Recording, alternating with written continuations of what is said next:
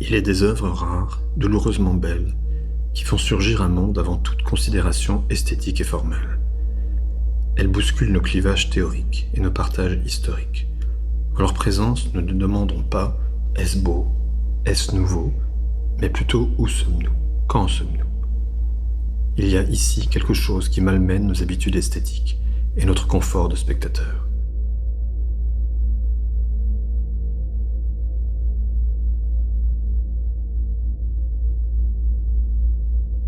Tour à tour ou ensemble, photographes, vidéastes, peintres, sculpteurs, Evie Keller est une artiste allemande qui vit actuellement à Paris. La galerie Jeanne Bucher-Jaeger lui a consacré sa première exposition personnelle en 2015 et a présenté en France et à l'étranger son œuvre long cours, Matière-Lumière.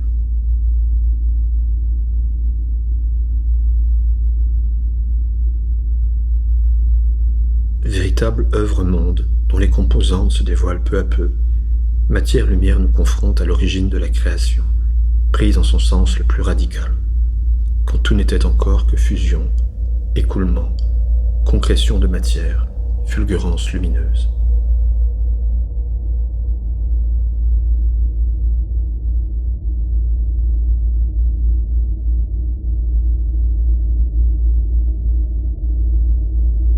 L'art d'Evie Keller renoue magiquement avec les forces naturelles, la romantisation du monde chère à Novalis et Beuys, union du connu et de l'inconnu, du fini et de l'infini, du visible et de l'invisible.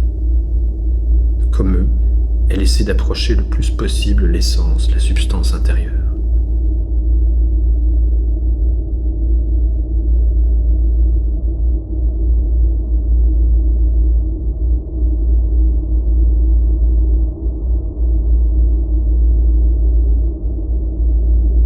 La première fois qu'il me fut donné d'entrer dans l'atelier d'Evie Keller, j'eus le sentiment très troublant d'être en présence d'un morceau de mémoire fossilisé, quasi préhistorique, tout en considérant une œuvre extrêmement contemporaine.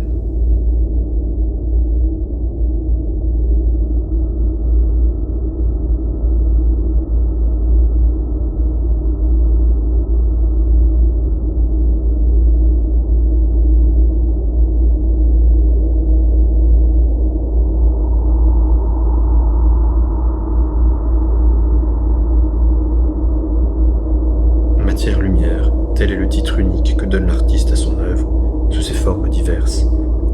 Déploie une matière plastique, sonore et picturale, riche en infimes nuances lumineuses. Elle ne raconte à proprement parler rien, elle se présente à nous, avant toute histoire, et nous reconduit au cœur des éléments, au chaos désordonné et profus, qui court sous les lignes stables de la création.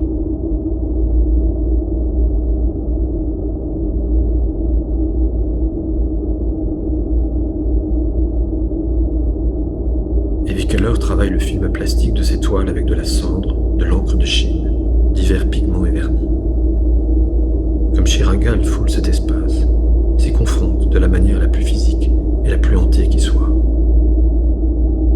Peut-être y dort-elle quelquefois, enroulée en d'immenses chrysalides.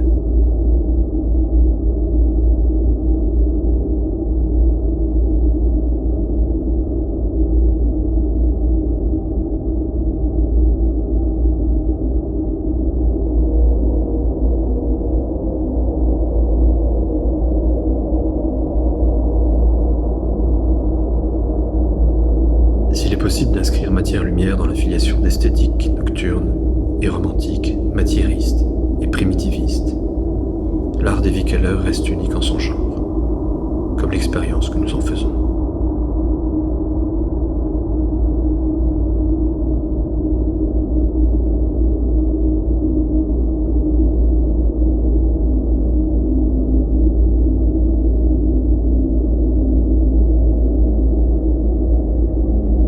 Evie Keller, pourquoi associez-vous matière et lumière et en faites-vous le titre unique de votre création ? C'est plus qu'une association. Dans mon cheminement, matière et lumière sont consubstantielles. Ma quête de matérialiser, c'est-à-dire incarner la lumière et de spiritualiser la matière, exige une symbiose absolue.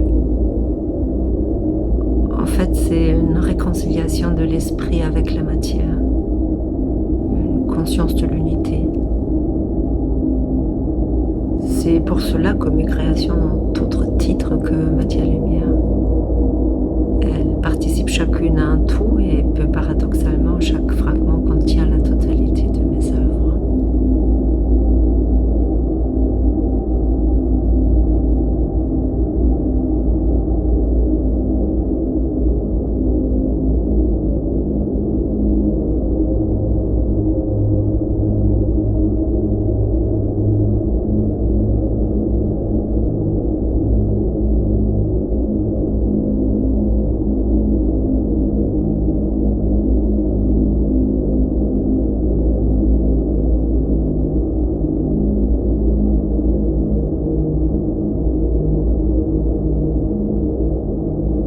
Par le biais des jeux de projection lumineuse et de variations sonores, Evi Keller s'emploie à faire revivre des processus de création naturelle.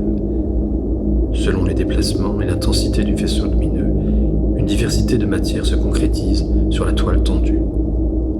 L'immense drap qui compose le corps de son installation, tissus flottants, murs, morceaux géants d'écorce, semble passer de l'état solide et minéral, voici de la roche, des stalactites, un état liquide, suintement de pierre, fût de cristaux et de givre.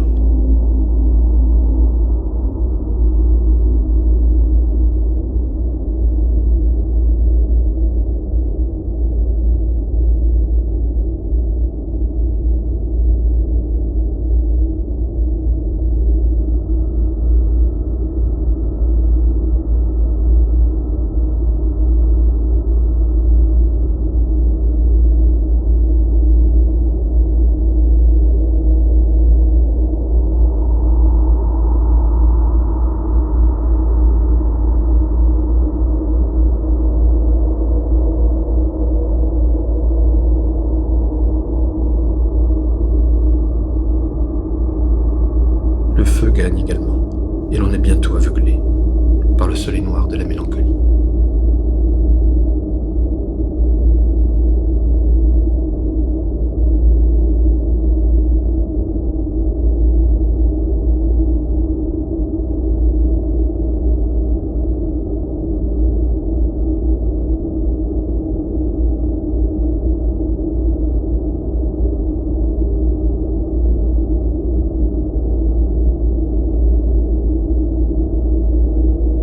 L'observation de l'interaction des deux éléments primordiaux, l'eau et le feu, habite et anime depuis de longues années toute ma création.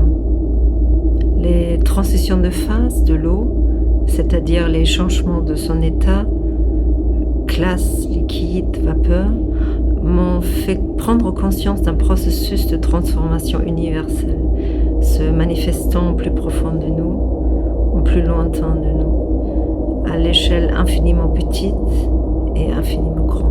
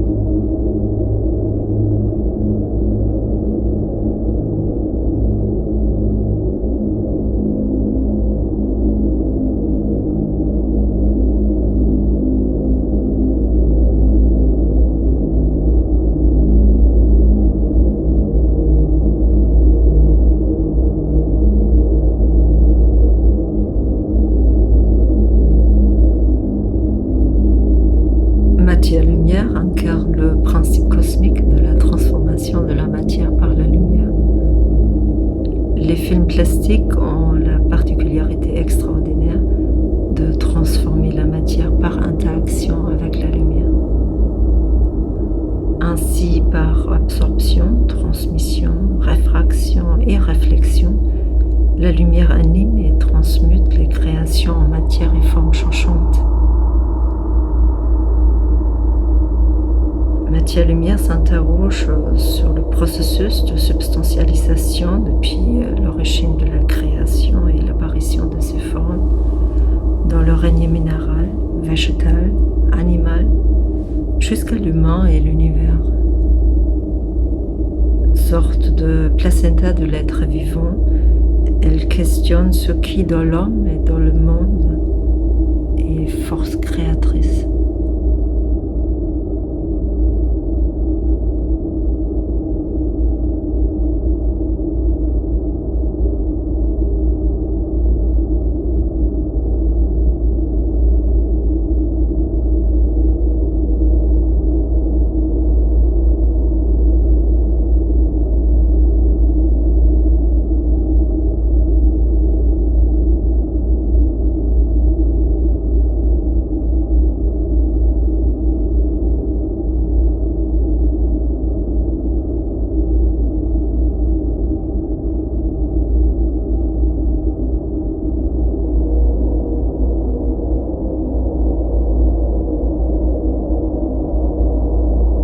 Et lorsqu'une lumière blanche envahit soudain matière-lumière, tout se passe comme si nous regardions une toile de William Turner, dont le soleil brûlant, celui littéralement aveuglant de Régulus, franchirait une nuit de plomb et de pétrole.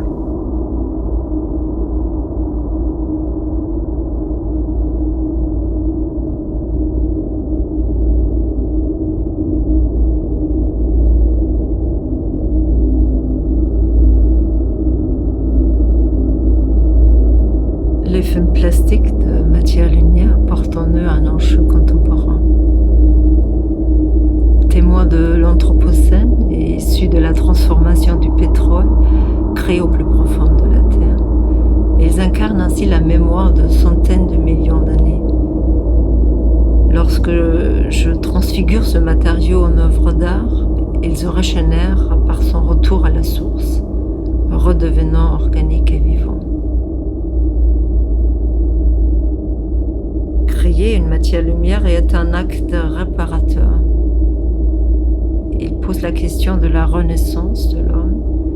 Il pose aussi la question de la réappropriation par l'homme de son humanité.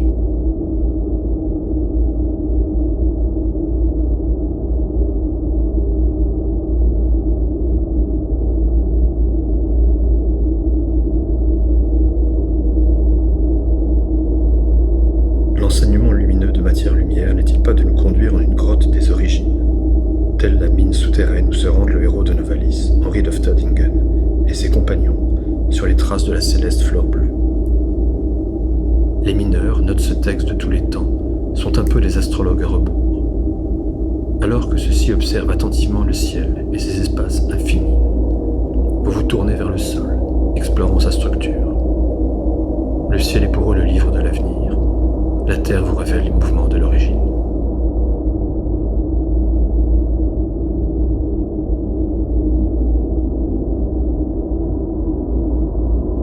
Comme nous, les étoiles flottent dans une alternance d'illumination et d'obscurcissement, disait Novalis. J'ai remis dans mes œuvres le sens, mais aussi la matière et la lumière de ce qui existait depuis des milliards d'années et qui existera encore, quelle qu'en soit la forme.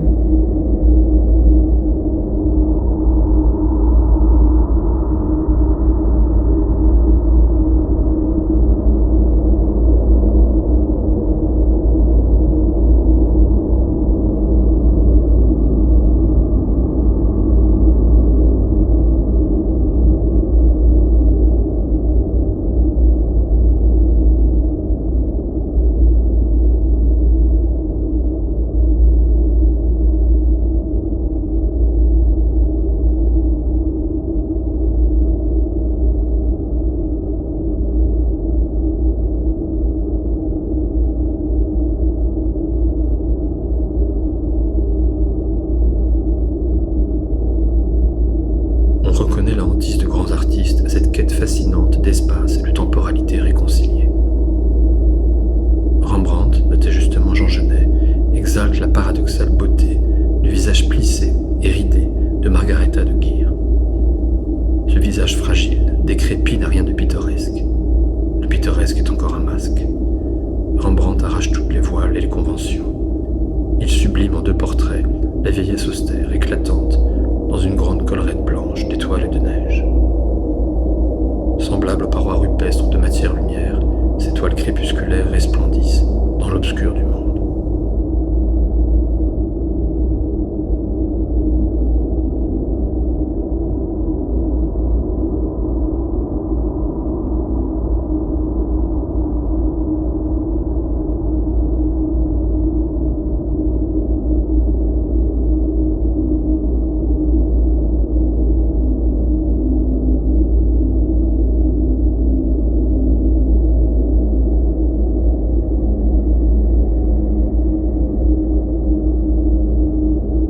Chez Evie Keller, un soleil trempe dans l'eau noire de la grotte. Des filaments de sang gouttent sur des feuilles d'or. Une muraille dure et graniteuse s'évapore en un voile léger et fluide. Et tandis que nous parlions et regardions ailleurs, voici que le soleil se lève sur la lune, révélant, écrivait Hugo, une œuvre